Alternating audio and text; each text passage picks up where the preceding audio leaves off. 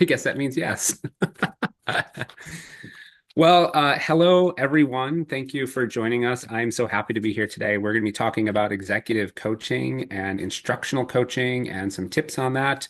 And I have with us Dr. Sandra Drummey, who's with us. And we're just going to start with an opening prayer. We're in the Lenten season, and we also are in the place of this Jubilee. So we're going to say the Jubilee prayer to begin, and then I'll introduce Dr. Drummey. In the name of the Father, and of the Son, and of the Holy Spirit, amen. Father in heaven, may the faith you have given us in your Son, Jesus Christ, our brother, and the flame of charity enkindled in our hearts by the Holy Spirit, reawaken in us the blessed hope for the coming of your kingdom. May your grace transform us into tireless cultivators of the seeds of the gospel. May those seeds transform from within both humanity and the whole cosmos in the sure expectation of a new heaven and a new earth, when, with the powers of evil are vanquished, your glory will shine eternally. May the grace of the Jubilee reawaken in us, pilgrims of hope, a yearning for the treasures of heaven. May that same grace spread the joy and peace of our Redeemer throughout the earth. To you, our God, eternally blessed, be glory and praise forever. Amen. In the name of the Um, Father, and of the Son, and of the Holy Spirit. Amen. Well, I'm here with Dr. Sandy Drummey. I call her Sandy, and I know that I like to use the titles in these introductions. We've known each other for a long time, but I'll give the formal introduction. She's a lifelong special education practitioner. She has served as a teacher, vice principal, and principal. As an administrator, she established special education centers, and as the assistant superintendent of Catholic schools in the Diocese of Fall River, she oversaw the creation and implementation of a first of its kind diocesan-wide special education program, which I had the blessing to visit when we were imitating that in the Diocese of Springfield. She holds a bachelor's degree from Suffolk University, a master's degree from Boston College, and a doctoral degree from Boston College. Sandy, thank you so much for joining today and sharing your wisdom on coaching and instructional coaching. It's great to see you. I am thrilled to be here, Dan. Thanks for having me, and thank you for the introduction. It's great to be with everyone today to talk about this very important topic. So let's just dig right in. Yeah, we might as well just dig right in. First, before we dig too deeply, I just want to say I've worked with Sandy in lots of different capacities. I was a superintendent, she was an assistant superintendent. We've crossed a lot of paths. We've done a lot of good work together. And ADAC itself, she works for ADAC. ADAC is a group that really helps bring best practices in instructional coaching and professional development to schools with the desire to really help to meet the needs of all learners. And really good work that you're doing at ADAC. So I do appreciate what you're doing there as well, Sandy. Thank you, Dan. All right. So coaching, mentoring, these are hard things, right? So coaching and mentoring, we know the importance of it. We know that it's a really good way of going about learning and helping teachers and also helping school leaders to be able to do what they need to effectively. But it is a challenge, and it's something that is necessary. We know the benefits of it, but maybe we need to define it better. So we're hoping that this conversation, Sandy, we can help to define it and talk about the way to understand it and maybe the benefits of it, and then obviously some tips in order to make it work better. Sounds like a plan. So I can start just as a first year principal. I had a mentor that was given to me in the Diocese of Arlington. His name was George Elliott, and George was a fantastic man. I don't know if you've ever met George Elliott, but Oh, Diane Elliott works at special education. George Elliott was a principal of another school. He had several years of experience, and he really was a great confidant. He was super helpful in trying to manage my first principal position. And he was given, all principals got a mentor for the first year, and George was given to me as a first year principal. And he was about an hour and 45-minute drive away. So we tried our best to stay in contact, and we would call on the phone, but I didn't always want to bother him because he was a principal. He had a lot that he was doing. But I learned a tremendous a tremendous amount from him. But the one thing that I remembered most from it was we established a relationship that then lasted for the 8 years I was a principal and lasted beyond. I feel like I can call George today if I ever needed anything. It was a true friendship and a true collaboration in what was best in helping me. As I went through other positions, I've always tried to have a coach or somebody to help me to be able to do the very difficult work that I've done in administration. But it's the same in the classroom, right? hmm yes. Yes, it is. And we're finding in our work, and I have to share too that myself, when I became principal, I too had a mentor and a coach, and I still value that relationship today that we built. I don't think I could have gone through some of those tough days without her by my side. Um, because as you all know, as school principals, you never know what the day it's going to hold sometimes. So having someone to just reach out to as a thought partner, is so important. But in my work of doing instructional coaching, and I'm sure you all could agree, we do a lot of one-day professional developments. We do a lot of professional development workshops, whether it be UDL or working with students with learning disabilities. But I have found in my practice now that teachers are saying, this is great. We learned so much in theory, but how do we bring this into practice? Please give us the tools that we need to bring back to our classrooms. And so this coaching is just a great model to continue what they've learned in those workshops and those professional development days to say, okay, this is how we do it now. This is how we implement universal design for learning guidelines. And this is how we work with students who may be on IEPs or, struggling with ADHD. So we're going to talk a little bit today about the different coaching models, both at the principal leadership level and then at the classroom level, and hopefully give you some great tips that I have found in my own practice to be very beneficial for teachers. Yeah, I mean, and before we get in, I'd like to just jump off of that because I think you're absolutely right, and I like it to conference level professional development, right? Like NCEA is really great, and it's good to bring all these educators together, right? And it's really the purpose of those NCEA conferences, right? Is to help everybody understand they're part of this bigger group, right? They're part of a bigger group of educators that all have the same aim. Right. And there is professional development that's embedded in there. There are some good things that you can learn and you can take from it. And the hope is if you go back to even, your school has a professional learning community, you can share some of those ideas. But they are one-offs in these PDs. And I've had plenty of schools who call us from Mission Durham Catholic. They say, we need a one-day PD. And I'm like, I wish I can give you more. Can we just maybe a day and a follow-up? Can we do something? Because I think to your point, like you get a lot out of professional development and there's a lot of informations there, but I like how you said that, right? It's beyond the one day workshop. It's the Mhm. tools that are going to be back in place. And like the mentoring or the apprentice model, right? Of whether you're a carpenter or you're a plumber or something else like that, you wouldn't give an apprentice a group of tools and Mm. then send them back to go work on the plumbing or go send them back to build something, right? Like a stick roof, whatever you want to have. I don't know, I Good apologize analogy. anymore, Mhm. right?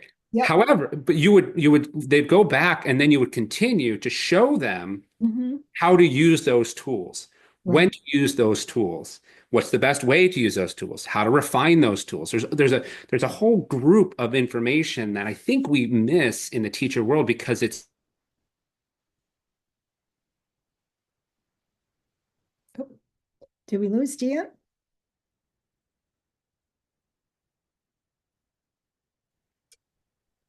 Oh, Dan, you back? I'm back. Okay. Did you lose me?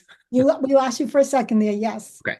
But to give the tools and to go back and teach them how to use the tools. So maybe you can talk, as you're saying, you said that there are different models. So maybe we can talk about that, right? The different models for coaching.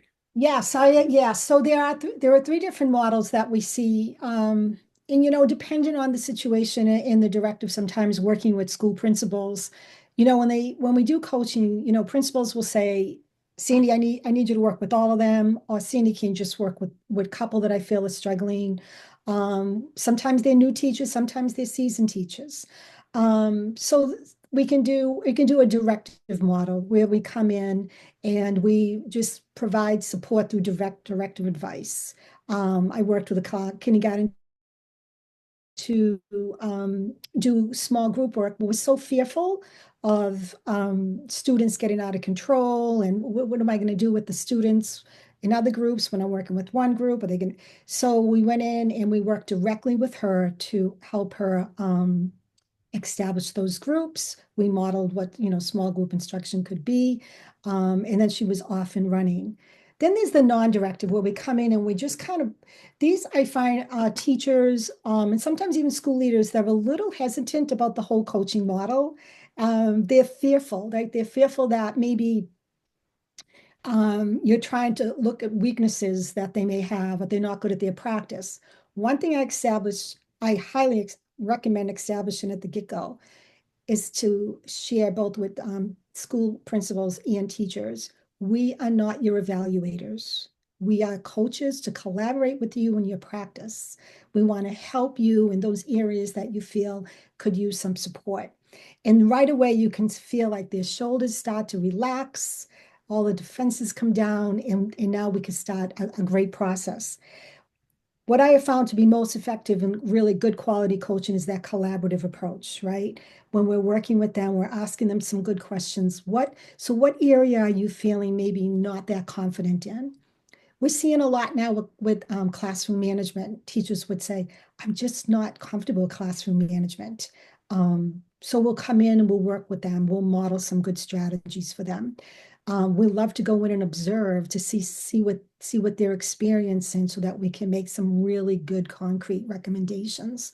Um, and it's always good in coaching when you can follow up with them and say, this is what we spoke about today in our conference. This is what I observed in your classroom.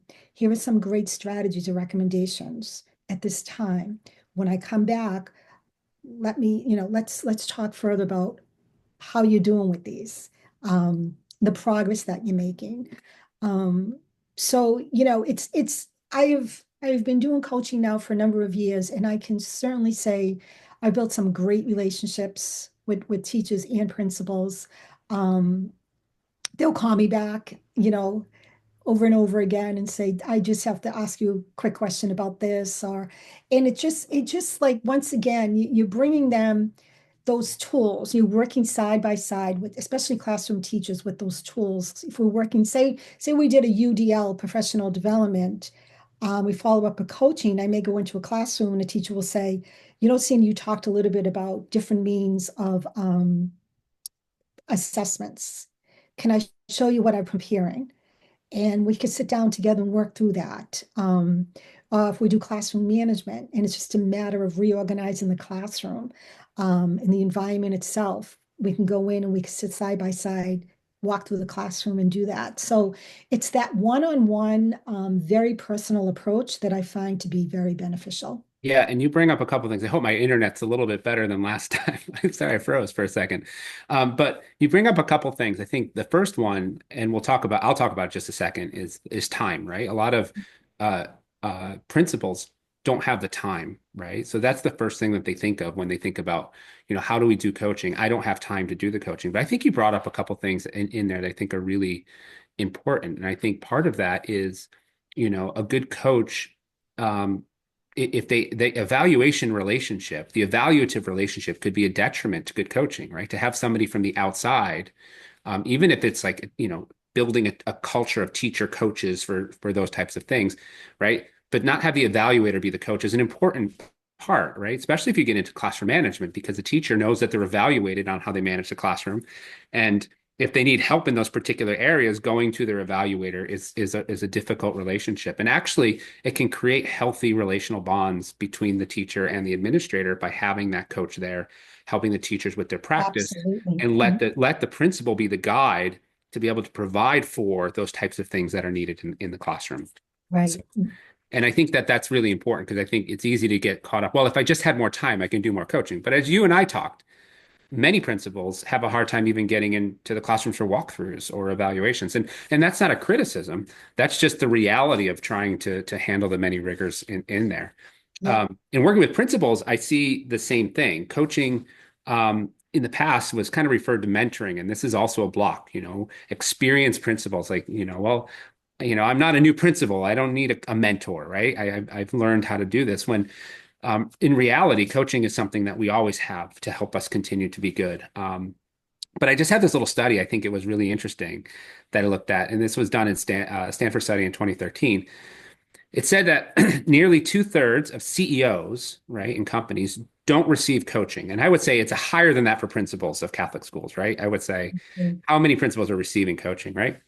But nearly all of them desire coach. And when I say nearly all, it was almost 100% desire a coach at different times for different things.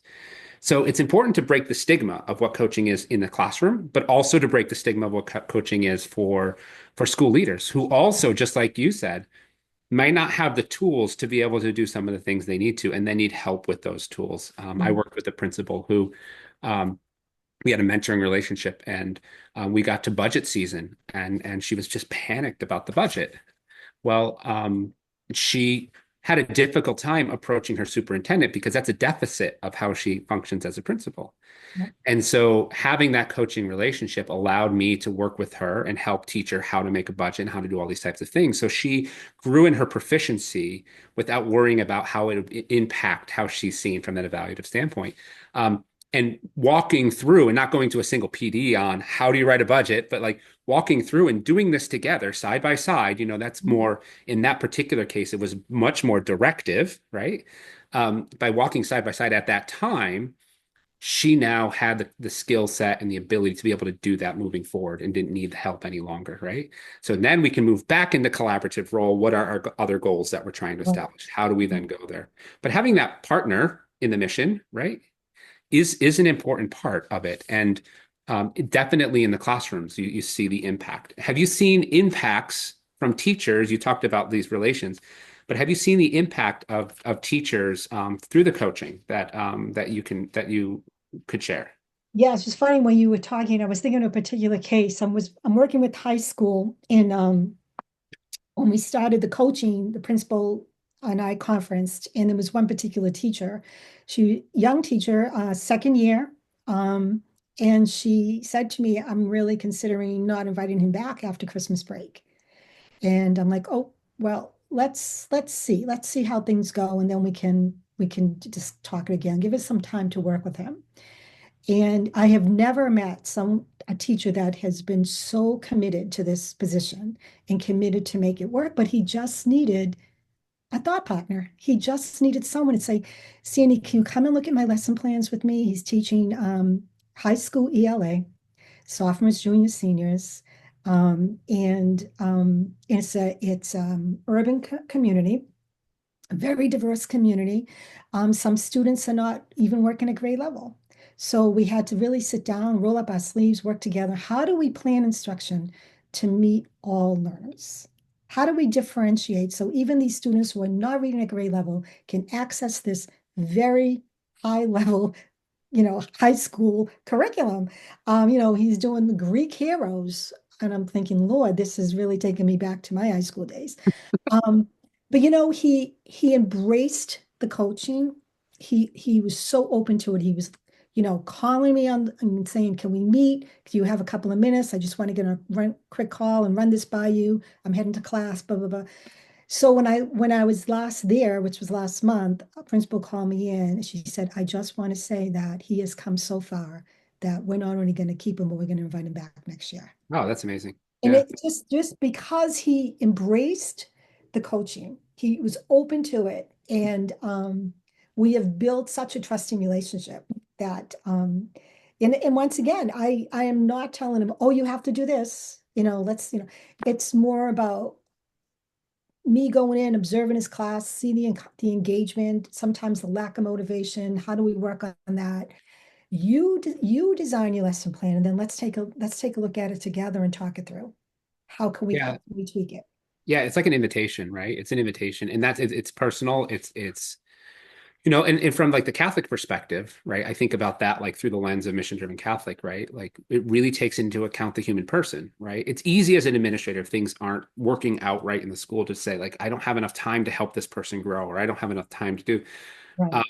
But those might not be the right questions for that person, right? Like the dignity of the person. If you could find a way to engage them to be able to do what they need to, and they're aligned to the mission, and then they learn through this mindset that not only does that matter, but they matter, and the presence that you're providing for them is going to help them be a witness of presence, right? In extension to the students, right? And then maybe eventually that transformative character, right, which is part of what we do by allowing this to get better and not just putting a PIP in place, right? Not like we don't just need like an improvement plan, right? But by like saying, I want to invest in you I want to invest in you so that you can help us to do what we need to do.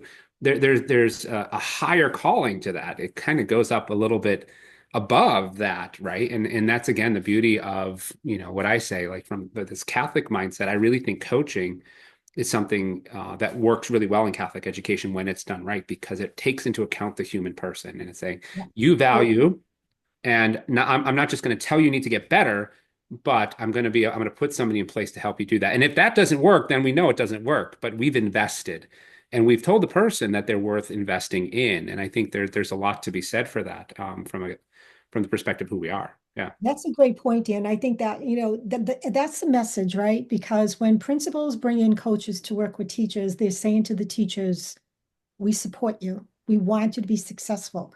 We understand that could be difficult, especially when you're working in the inner city, very diverse population of students who are working below grade level. I think that's the message. And in this particular teacher, he got that message immediately. He's like, this is great. I feel so wonderful that our principal sees that we need this. And he goes, so I'm going to work with you as much as I can to make sure that I show her how appreciative I am. And we do it with our students, right? We want each one of them to reach their God-given potential. So we should do it with our teachers also, because Yes. they're in control of the minds of these students. Yeah, and we talk about this from a retention standpoint too. One of the things that helps, especially schools that are privatized, right, that don't have, that aren't public schools, who are trying to compete with public school salaries. Um, the things that keep these teachers in their schools, right, is mission alignment, right, that they're aligned with the mission, they believe in the mission, that's clear.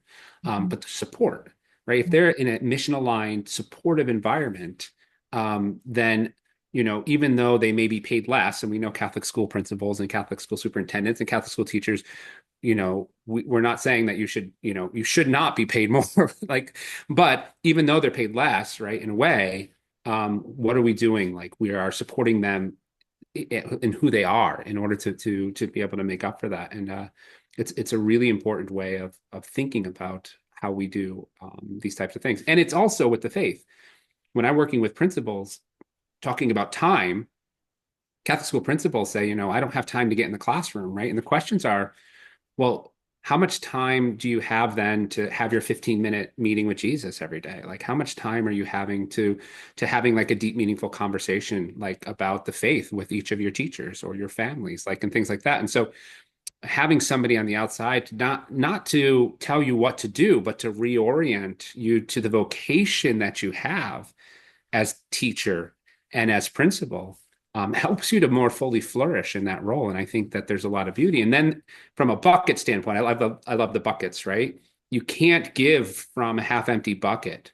But Yeah, if you can find someone who can help you in the classroom as a teacher that's helping you to fill your bucket, you have more to give from where you are, right? And the same thing as a school leader.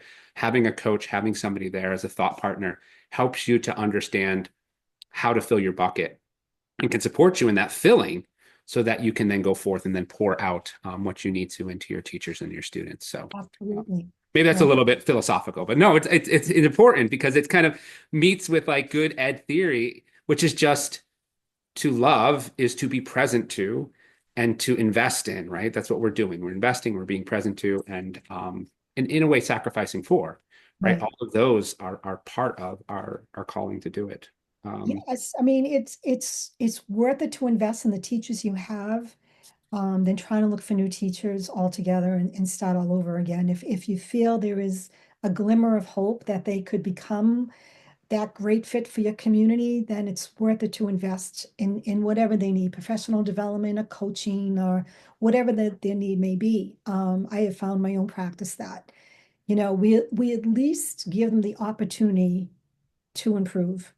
We give them the process to improve. And then, sometimes teachers on their own volition find out this isn't a good fit for me. Teaching isn't even for me. I'm not sure teaching is even for me. And that's okay. That's all right. we have a lot of teachers in our schools are there, and it's okay. It's absolutely right. It's okay, right? But maybe let's just shift to some tips or benefits, right? We have maybe 5 tips or benefits to quality instructional coaching. Yes, the very first one is building that trusting relationship. And that comes with, having a really good rapport with the teacher. But when when I work with our coaches, I say you want to be approachable. You want them, you don't want to be the know-it-all. You want to say, okay, so let's talk about it. A lot of times I share my own experiences with teachers, and they're like, oh, I know, I'm experiencing that same thing now. And I'm like, okay, so what did you do? Let's see, So building that trusting relationship. And like I said earlier, those relationships can really become lifelong in some instances that go on beyond the coaching. Like Dan and myself and our own coaching experiences, those coaches have become our lifelong friends, and very trusting. So that would be tip number one. Tip number two, Let's break go let's ahead. break the one apart for a second. Yeah.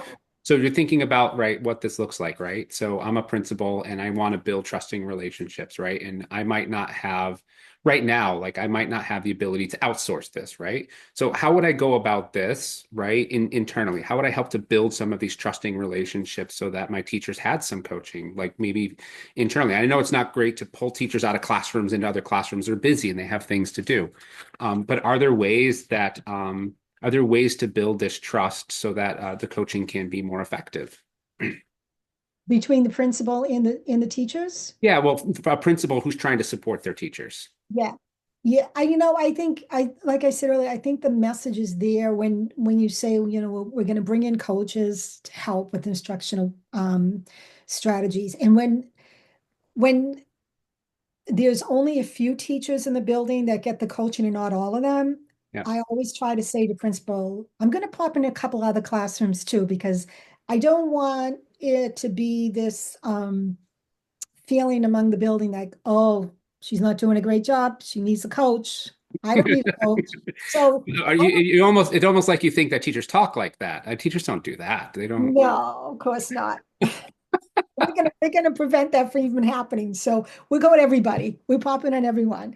Coaching is one thing about coaching, and I love too, is the opportunity to get into classrooms and visit with the students. Because you see the face of Christ in those babies, and you go, oh, this is what it's truly all about. This is why we're here, right? And we want to be able to give them the best teachers possible.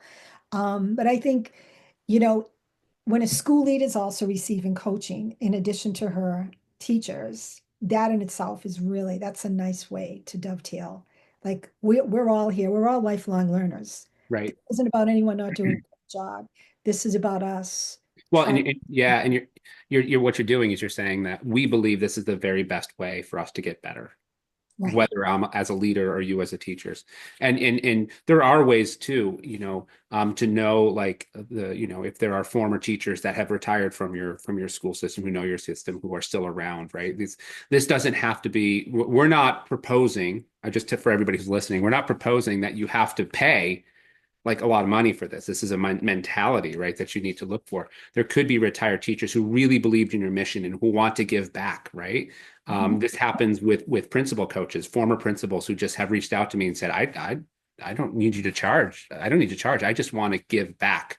Right. Former superintendents, I just want to give back. And so looking out into the community and asking these folks who are really good teachers who can do these types of things, and investing in them by saying, I want you to share your wisdom. I want you to share what you know to help our teachers be better.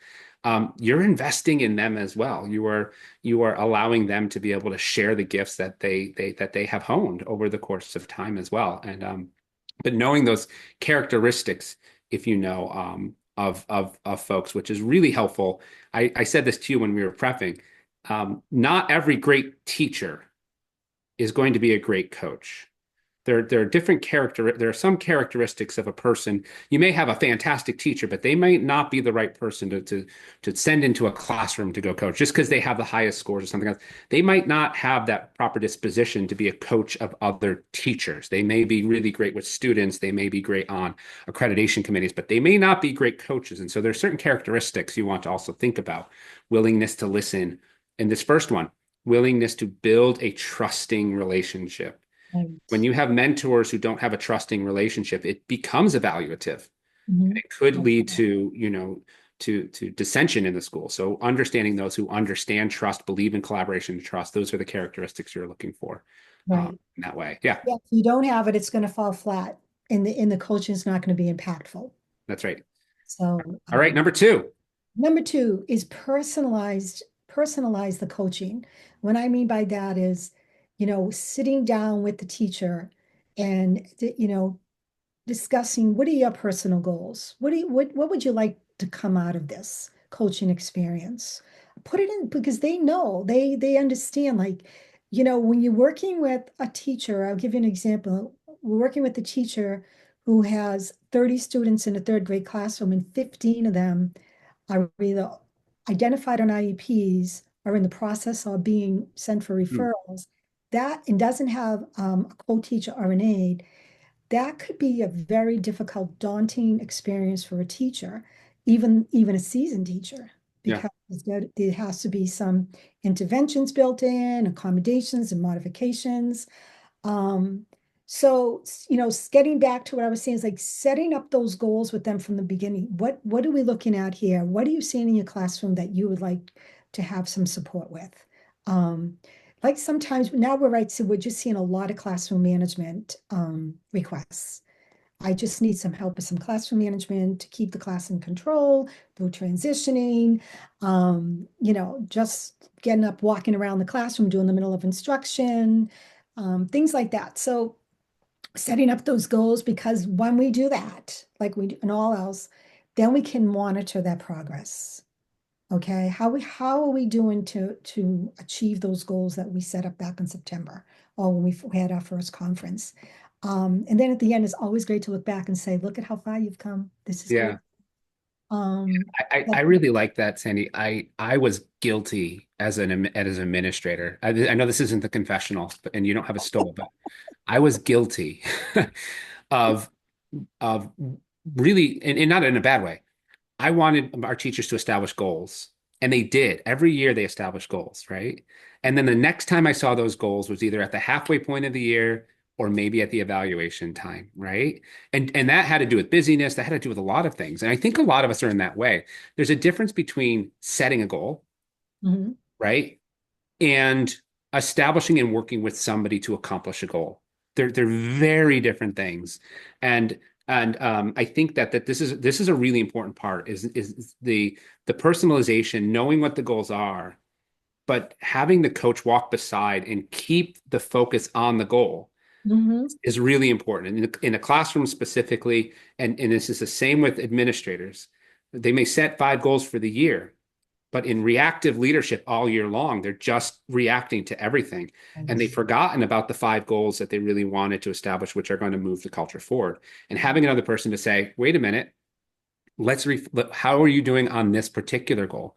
And then it's a matter of that coach being able to say, all right, maybe the tools I gave you before aren't sufficient. What additional tools may we need to put in place to help you to be able to accomplish this goal mhm, as we're moving forward? So yeah, I think that teachers do really well when they establish, but they do even transformation happens in the walking with in the accomplishment of the goals, and that's really important where the coach is, and not just, as you said, not just setting broad goals. Everybody's our goal is this as a group. No, this teacher no, needs management, everyone's this teacher needs different. instruction. We're all different. We all have You have to different things. Yeah, personalize it. And yeah. building in that accountability, I found is really beneficial because at the end you will see that because they're accountable to you as the coach and to their students and their administrator, um, those goals keep coming to the forefront. Yeah, yeah. No, that's Yeah. really good. That's good. All right, the next one you have is model best practices, right?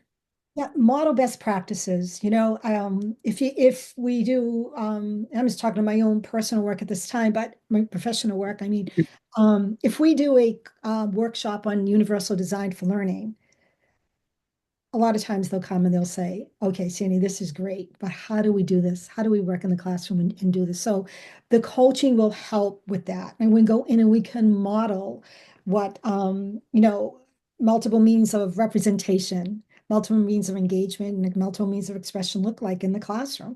And so I work with coaches to say, let's emulate what that looks like, you know, but it's only after conferencing with teachers and getting to know their classroom environment, and the students that they're working with.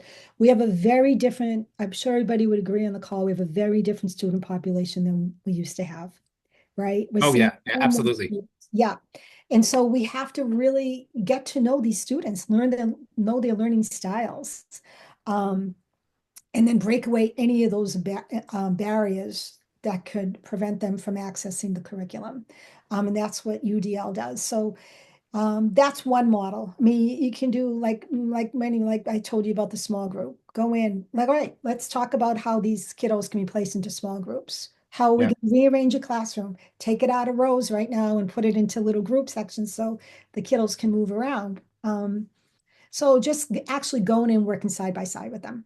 Yeah, and I would say this is one of the things that I noticed with our Catholic schools that because I work a lot with the Catholic education and I work with a lot of Catholic schools. I see this specifically when you talk about like Catholic faith immersion, right? Or like integrating the faith into the curriculum. Like you can Right. say, we want you to do this, or we see this, but like the teachers don't have a frame of reference. Maybe, their education was not immersed in that way. Maybe they're a couple degrees separate from when the sisters taught, and so they don't know what that looks like. And then to say, well, just do this is one thing, but to be in the classroom and to model it and to show a lesson, to say this is how it's done, and this is how easy it is, and this is how simple this can be. I've done PDs on that. As you know, I've done PDs on that in a lot of different places. If I was in a school in a classroom and I had a group that we could work specifically on this, we would have much more impact, and the teachers would be able to understand and see how it just flows and is a natural part, rather than thinking of it, oh, I have to do one more thing. External PD becomes one more thing. Um, Accompanied PD coaching, right, is not one more thing. There's a helpmate there. There's a person who's helping that to be accomplished, and so it really does become like folded into the practice. And so I think that's like from the Catholic world. I know that a lot of principals have asked me that question. Well, how do we do this? Like how does this go about? And yeah, this modeling is a really important one, to be able to see it and see it happen and to understand it and to kind of go through. And it's the same with classroom management, to be able to see it and to be able to practice it and to be able to watch it. I think a lot of educators get a lot from that, rather than it just being theory, right? Because right. theory is one thing, and then we don't always realize what we do in our own classrooms as teachers. Like we don't realize the time. Like we think that we have wait time. We think that we're providing like a few seconds for students to think about things. We think that by drawing out the popsicle sticks, we've completely randomized who we call on, until we put the popsicle sticks away and we just want the answer, and we ask one person for the answer so we can get out of the classroom, right? So we think these things, and having a person modeling and watching and also providing feedback is just a really good, safe mirror for innovation, and innovation from the standpoint of, I can try this new thing that may work, or this different thing, or this old thing, right? Which has Right. been proven to work. And I know how I can do this in a way by Right. watching it happen. So yeah. Yeah. And give it time to work. Teachers say, oh, I tried that, it didn't work. Well, how long did you do it for? Give it a couple of weeks. Give it some time. Everyone needs to get adjusted to this new expectation you've established. I had one school. I Right. think we both worked with this school. I had one school, and it's so funny. The principal, really good, and she said, we need to move to spelling, right? We're going to do the spelling thing, like phonemic, right? We need to learn spelling principles, and they were doing vocabulary-based spelling, and it wasn't working, and they weren't getting the results, and so they put it in place, and the teachers just didn't do it. So we're not going to. Right. And after a month, like the data was still the same. And it's like, and the principal said, well, they didn't do it. I'm like, okay, well, that's a problem. We're going to need to deal with that, because you really want them to be able to put these things in practice to see if they're working. So they weren't even going to give it a second. Never mind, not give it time. They weren't even going to give it a second. Right. Like, no, we don't believe in this type of thing. So anyways, that goes back to trust, and it's kind of, Oh, it yeah. does take time Yeah, for these it things. does. Yeah. Yeah, it's a mindset for Yeah. sure. All right. What do we got next? So the next one I have is, that immediate and actionable feedback, in coaches going into the classrooms and you're seeing that student off task and, fiddling around with papers in his desk or, trying to get the attention of a student next to him, That never happens either. impulsive outbursts, getting up and walking around aimlessly. And so that right there and then is an opportunity for a coach to go up to the teacher and say, okay, I see that Dan is struggling a little bit, staying on task. Me. You've been in too many meetings with me, Sandy, because that is totally me in every conference. I know, I'm telling you, we got to put accommodations in place. and just saying to her, okay, let's see what we can do to help Dan right now. It sounds like he may need a movement break. Have you considered maybe placing his desk closer to instruction so you can go over and tap him on the shoulder and say, Dan, how you doing? Yeah. Do you need a movement break? Or Dan, I have found keeping them engaged is really very important when it comes for students that are struggling to attend and remain on task. Yeah, that's right. Dan, can you read the next paragraph for us? And then all of a sudden Dan comes Yeah. into focus. But having a coach there to observe that Yeah. and say, oh, okay, wait a minute. Now we have this great teachable moment for the teacher to say, Yeah. what are we going to do about this? Because right now we have the student that is he's off somewhere else. Dan is daydreaming again. Let's see how we can help. And then starting to build the data on that, right? Yeah. Like if it's into a classroom, I want to say to teachers, how many times a day does Dan do this? Let's Mm, let's let's um let's document all yeah. this because if you decide to go and have a different conversation about Dan to his parents, to maybe look for, to go to a pediatrician for a Conners to see if maybe ADHD is an issue, you want to have this data, Yeah. so it's teaching them those little processes. Yeah, that's a really good point. I reflect this morning. As I said to you before, like I got into a little bit of a into a car versus deer reality, and the deer didn't win, and poor thing. But my car was also damaged, and I bring this up. I think it's anecdotally. I think it makes sense, right? And so we drove all the way back home and got to where we needed to be. Everybody's safe and things like that. And one of my daughters had said that we had listened to an entire podcast, right, while we were in this whole thing. At the point of striking the deer, right? I have no recollection of what was playing on the radio or not playing on the radio. No clue, Mhm. right? It was completely blocked out. In a classroom, if a teacher's focused on something or if it's a bit chaotic, right? She can miss Dan. She can miss how many Absolutely. times Dan is up. And again, having the coach in place to remind her of that one student, right? Not that that teacher needs to focus just on that one student all the time, but it does help the teacher to be able to process the space a little differently and have a helper in identifying what this little one may need because the hyper focus of something else may have taken her view off of that at that particular time because we can only attend to so many things. And if you talk about a classroom with a lot of needs, and increasingly there are more and more needs, right? As you said before, there are more needs in the classroom. We see more manifestations of distracted behavior, et cetera, right? All these other things.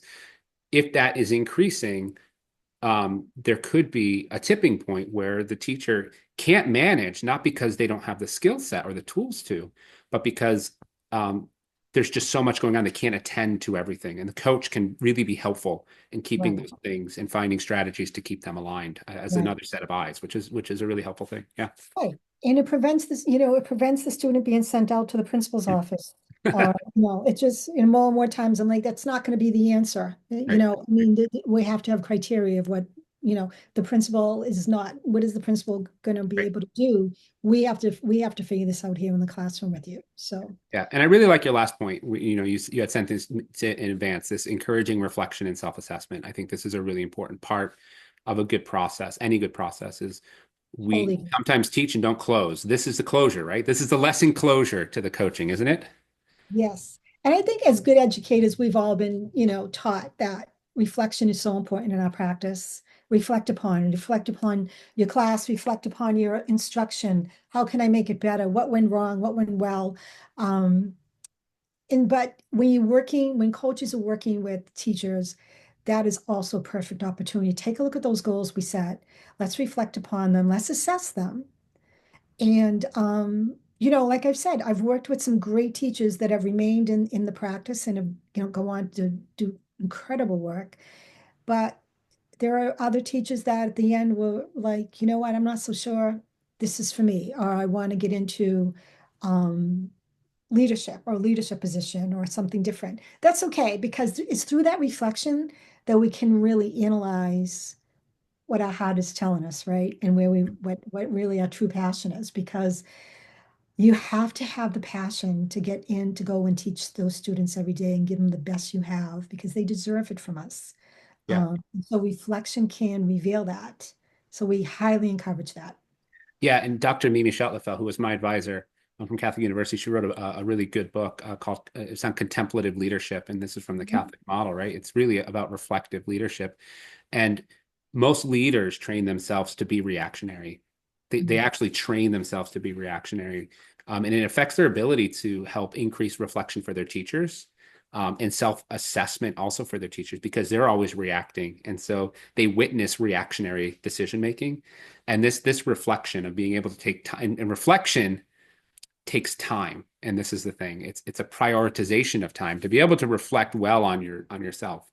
And we need to teach teachers this as well, is you can't just keep giving. You can't just keep dumping out. You need to be able to stop and think about where you are in this as well. And that requires a really a proper disposition for how to teach, because to teach is to share what you have, and you need to be able to be, have time to reflect on who you are in order to teach Right. well. Yeah. Totally agree. Yeah. Well, we're going to open it up for some questions. And if there aren't questions in that, I think we said that you can put some questions in the chat if you want to. We're happy to answer some of those questions.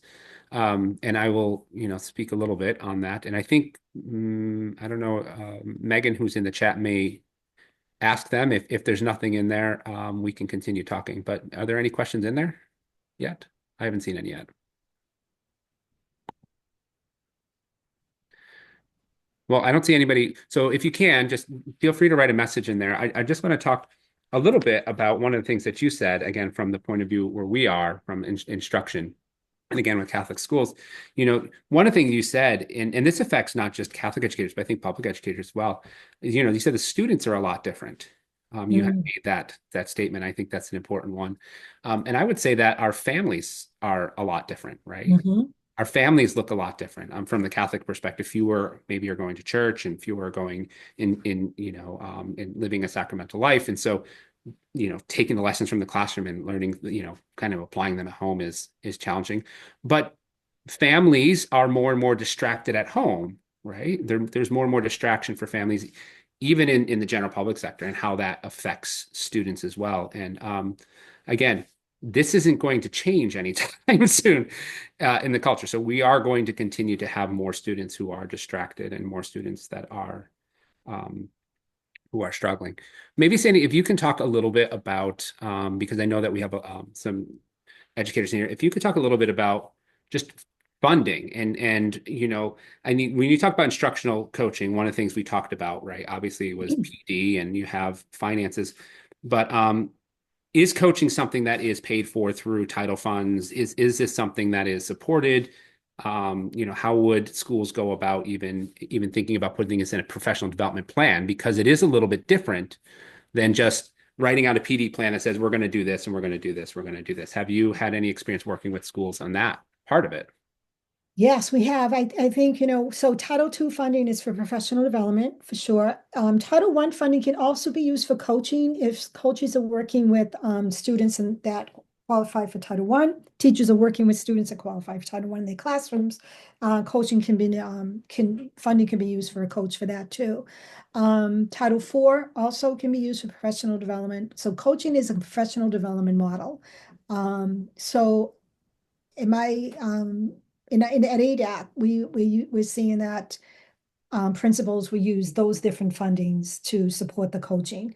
And then we've done coaching from weekly to monthly to every other month, depending on the need, um, and depending on what we're seeing. But I want to get back to what you were saying about families. One of the things that comes up a lot in coaching is, teachers will say, we just can't seem to get the parents motivated. Hmm. Do you have any tips to help us with getting parents motivated? Like reading with students at night, or helping them with their math facts. If students are struggling in that area, we're seeing that in our assessments right now. The reports are coming out, and kiddos across the country are struggling in math.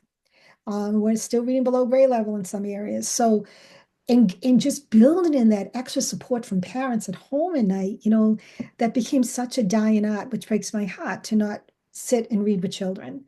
because to your point earlier, Dan, parents are busy. And the night, that's such a short time, between coming home from work, getting dinner, going to bed. We're talking what, a couple of hours at tops. Yeah. So, working with schools to help with that, to help motivate, help get parents more involved and engaged is an important piece of the coaching, I feel too, that we're Do addressing you, that more. yeah, and maybe just thinking about that, like at that next level, like the school's not responsibility, but the school's ability, right?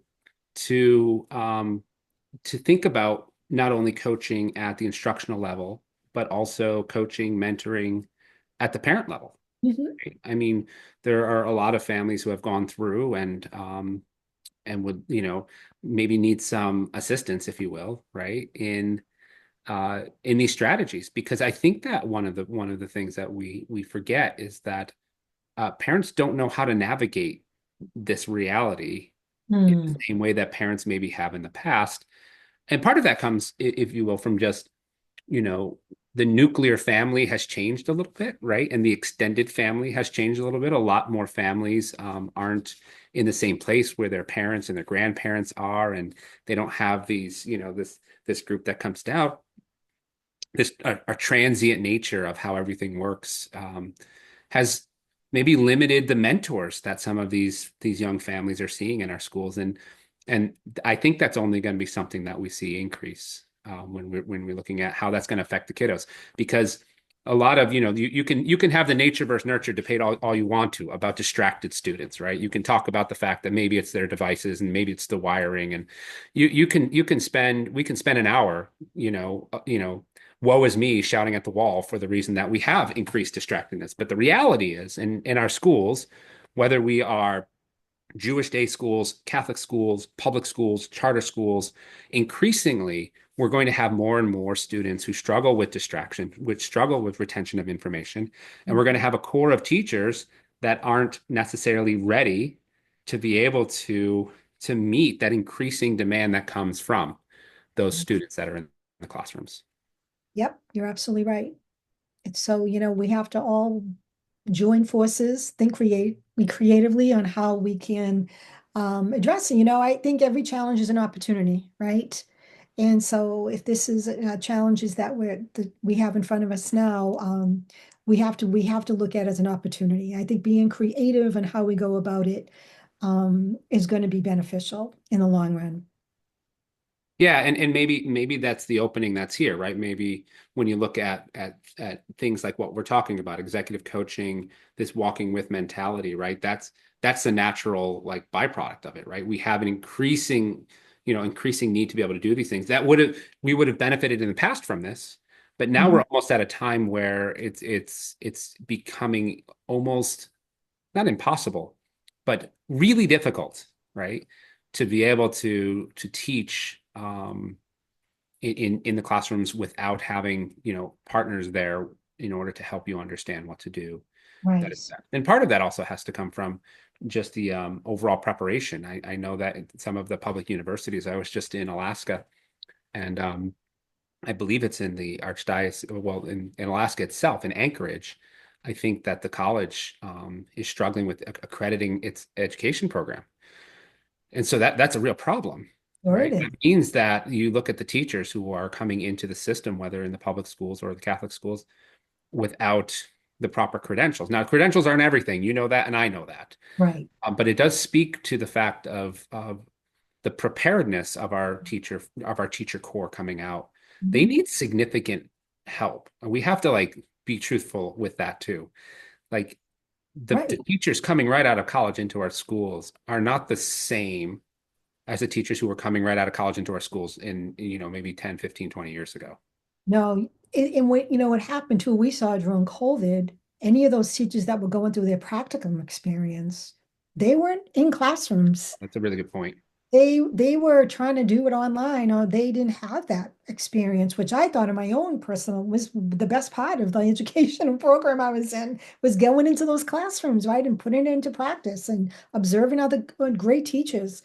And that has hurt us, that really has, because a lot of the teachers will say to us, I didn't have a practicum experience because I was It was during COVID.